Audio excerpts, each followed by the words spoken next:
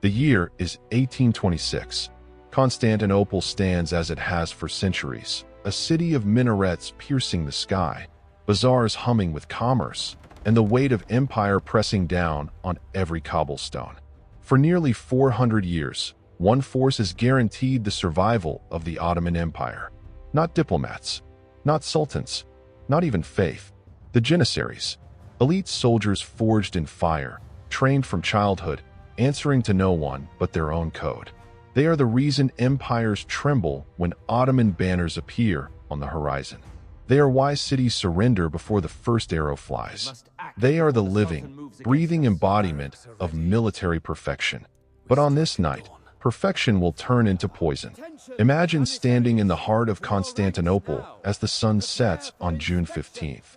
The air is thick with tension you can taste, the kind that makes your throat tighten and your instincts scream that something terrible is coming. In the barracks scattered throughout the city, nearly 20,000 Janissaries sharpen their blades, check their powder, and whisper to one another in hushed, angry tones. They are not preparing to defend the empire. They are preparing to tear it apart from the inside. For months, rumors have spread like wildfire through their ranks. Sultan Mahmud II, the man who sits on the throne they have protected for generations, has betrayed them. He wants to replace them, modernize the army, bring in European tactics, European discipline, European weapons. To the Janissaries, this is not reform. This is erasure. They are not merely soldiers. They are a brotherhood bound by blood and tradition stretching back to the reign of Murad I. Their loyalty is not to sultans who come and go like seasons. Their loyalty is to each other, to the core, to the legacy they inherited from their predecessors. And now that legacy is under attack. The creation of the Janissary Corps was one of the most radical military experiments in human history. In the 14th century, Ottoman rulers faced a problem. Nomadic Turkish warriors were fierce but unreliable. Feudal lords commanded their own armies and could turn against the Sultan at any moment. The empire needed a force that answered only to the throne, warriors with no family ties, no tribal loyalties, no competing interests. The solution was as brutal as it was brilliant. Christian boys from conquered territories would be taken from their families, converted to Islam, and raised as soldiers of the empire.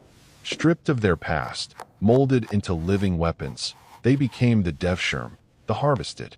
These boys grew up in barracks, not homes. They learned to read and write, to fight and strategize, to obey without question. By the time they reached manhood, they were no longer Serbian or Greek or Albanian. They were Janissaries, and they were unstoppable. For 2 centuries, they were the finest infantry force on earth. Disciplined, fearless, armed with gunpowder weapons while European knights still clung to their swords and lances. When Janissaries marched into battle, they did so with a precision that terrified their enemies. They did not break. They did not flee. They advanced like a tide of iron and fire, and cities fell before them like wheat before a scythe. Constantinople itself fell to them in 1453, when Mehmed II laid siege to the ancient walls that had stood for 1,000 years. It was the Janissaries who stormed the breaches, who pushed through the desperate defense, who planted the Ottoman banner on the ramparts while Byzantine blood still ran hot on the stones. They conquered the Balkans, pushed into Hungary, stood at the gates of Vienna, and made Europe hold its breath.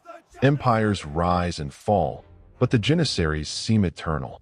But eternity is a lie we tell ourselves when we refuse to see the cracks forming.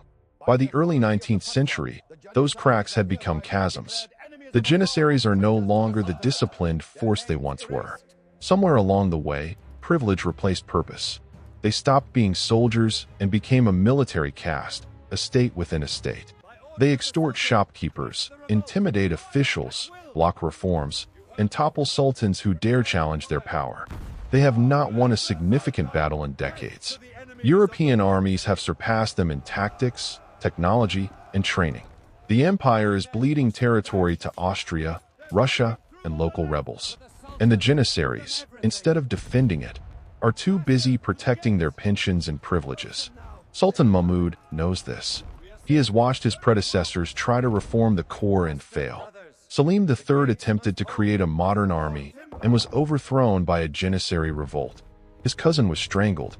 Mahmud himself only survived because loyalists hid him in the palace while rebels hunted for him in the dark. He knows that if he does nothing, the empire will collapse. But he also knows that if he moves too quickly, the Janissaries will kill him just as they killed Selim. So he waits. He plans. He builds alliances with religious leaders, with provincial governors, with the artillerymen and the common soldiers who resent Janissary arrogance.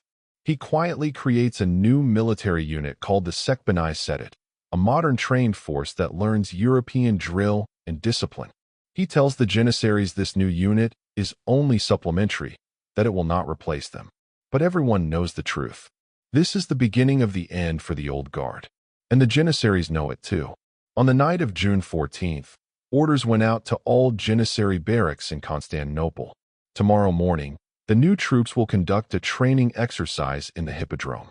The Janissaries are expected to attend and observe, but they do not intend to observe. They intend to revolt.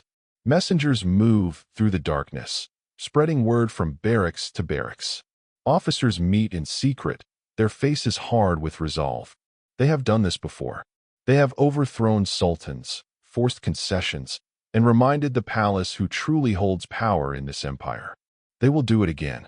Dawn breaks on June 15th with the sound of drums. Not the orderly drums of military parade, but the chaotic pounding of rebellion. Janissaries pour into the streets, overturning their soup kettles in the traditional gesture of mutiny. In Ottoman military culture, the soup kettle is sacred.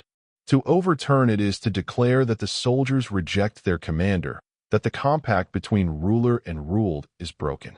Thousands of them converge on the hippodrome, weapons in hand, voices rising in a roar that echoes off the ancient stones. They are not merely protesting. They are issuing an ultimatum. Disband the new troops. Restore our privileges, or we will find a new sultan who will. But Mahmud is not like his predecessors. He does not negotiate. He does not plead. He does not hide.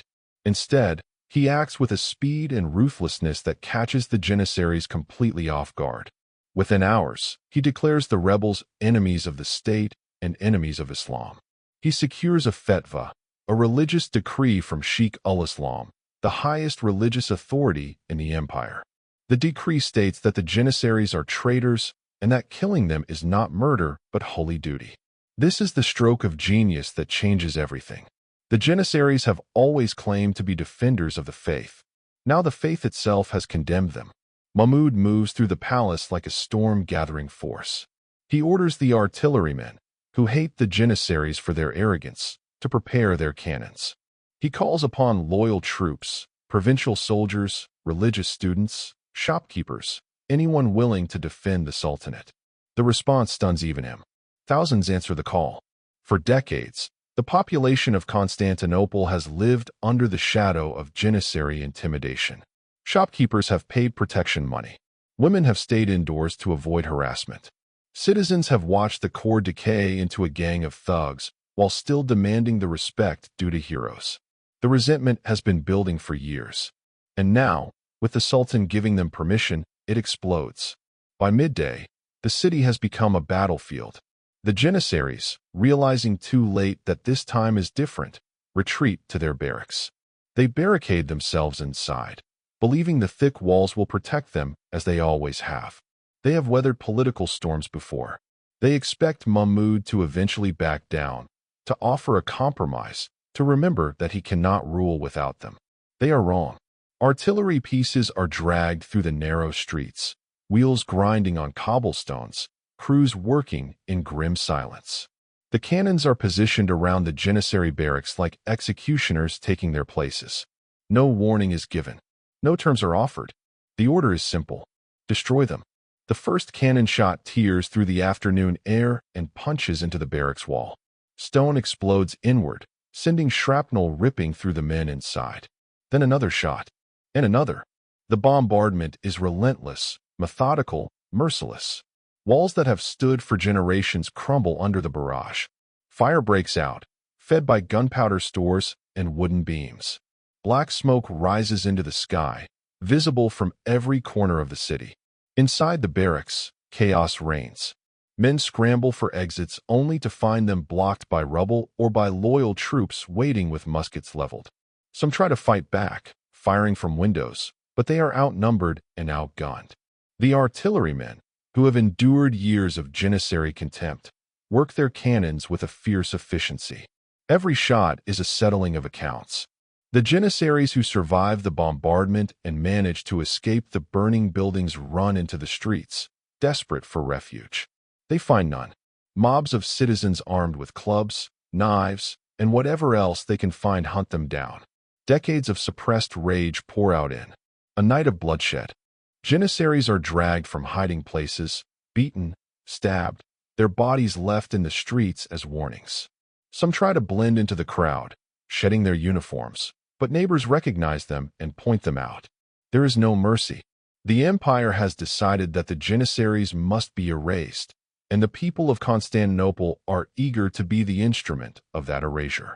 By the time the sun rises on June 16th, the Janissary core has ceased to exist. Thousands are dead. Thousands more are arrested, exiled, or forced into hiding. The barracks are smoking ruins.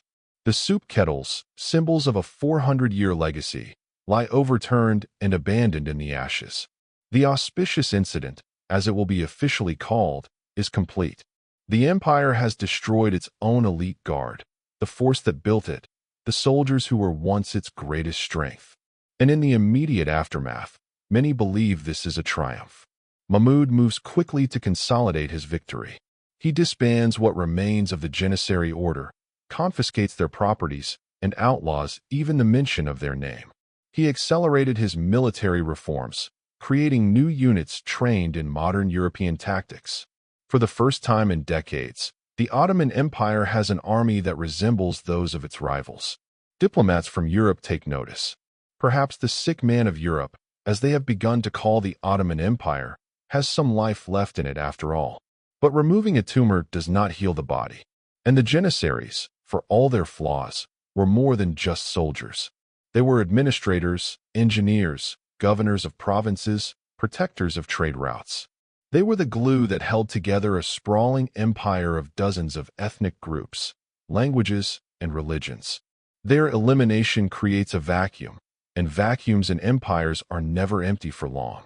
Provincial leaders who once feared Janissary retribution now test the limits of their independence. Ethnic groups that were kept in check by the threat of elite troops begin to dream of autonomy. The Balkans, already restless, explode into rebellion. Greece has already won its independence. Serbia, Bulgaria, and others will follow. The empire that once seemed invincible is now bleeding from 1,000 cuts. And the new army, for all its modern training, lacks something the Janissaries had: loyalty. The Janissaries were raised from childhood to serve the empire. They had no other identity, no other home. The new soldiers are conscripts, pulled from villages, serving their term and dreaming of going home. They are professional, but they are not devoted. When the empire faces existential threats in the coming decades, when European powers carve away piece after piece of Ottoman territory, the new army fights with competence, but not passion.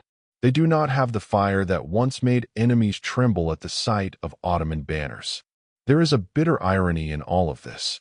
The Janissaries were created to be the perfect soldiers, loyal only to the empire. And for centuries, they were. But perfection is a trap. When an institution becomes too powerful, too entrenched, it stops serving the state and starts serving itself. The Janissaries became victims of their own success. They grew arrogant, complacent, and corrupt. They forgot that their purpose was to protect the empire, not to control it. And when they finally overstepped, when they believed their power was absolute, the empire they had built destroyed them in a single night of fire and blood. But the empire destroyed part of itself in the process. The elimination of the Janissaries is often portrayed as a necessary reform, a painful but essential step toward modernization. And in some ways it was. The old system was unsustainable. The core had become a parasite draining the strength of the state. But there is a cost to destroying tradition, even corrupt tradition. The Janissaries were a symbol of Ottoman power, a reminder to enemies and subjects alike that the empire could call upon an elite force unmatched in the world. When they were erased, that symbol was gone. And symbols matter. They shape how people see power, how they judge strength, how they decide whether to obey or rebel. The night of June 15th, 1826, is remembered as the night the Ottoman Empire finally took control of its military. But it is also the night the empire lost something it would never get back: the aura of invincibility, the fear that kept restless provinces in line, the belief that the Ottoman state, for all its problems, was still a force to be reckoned with. After the Janissaries fell, the world looked at the empire differently, not as a sleeping giant that might wake at any moment, but as a declining power struggling to hold on. And perhaps that is the real lesson of this collapse: that strength and weakness are not opposites, but neighbors, separated by the thinnest of walls. The Janissaries were the empire's greatest strength until they became its greatest weakness. Their elimination was both a victory and a wound. Mahmud believed he was saving the empire, and maybe he was, but he was also hastening its end, because empires are more than armies and territory. They are built on belief, on the shared conviction that the state is powerful, eternal, unbreakable. And once that belief cracks, no amount of reform can put it back together. The ruins of the Janissary barracks stood in Constantinople for years after the massacre, blackened shells slowly crumbling into dust. They were eventually torn down, the stones carted away, the ground repurposed for new buildings. But the memory lingered. Old men would tell stories of the night the sky turned red with fire, of the sound of cannons echoing through the city, of the bodies in the streets. And they would shake their heads and say that the empire died that night, even if it took another century to fall. They were not entirely wrong. The Ottoman Empire would survive for almost another 100 years, but it would never again be the dominant force it once was. It would lose war after war, territory after territory, until finally, in the aftermath of the First World War, it would collapse entirely. The Republic of Turkey would rise from its ashes, a new nation for a new century. And the Janissaries would be remembered as relics of a bygone age, symbols of both the glory and the tragedy of empire.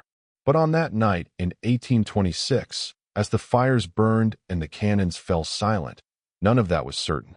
All that was certain was that an elite guard, the finest soldiers the world had ever seen, had been destroyed by the very empire they had sworn to protect, and that the empire, in destroying them, had also destroyed a part of itself.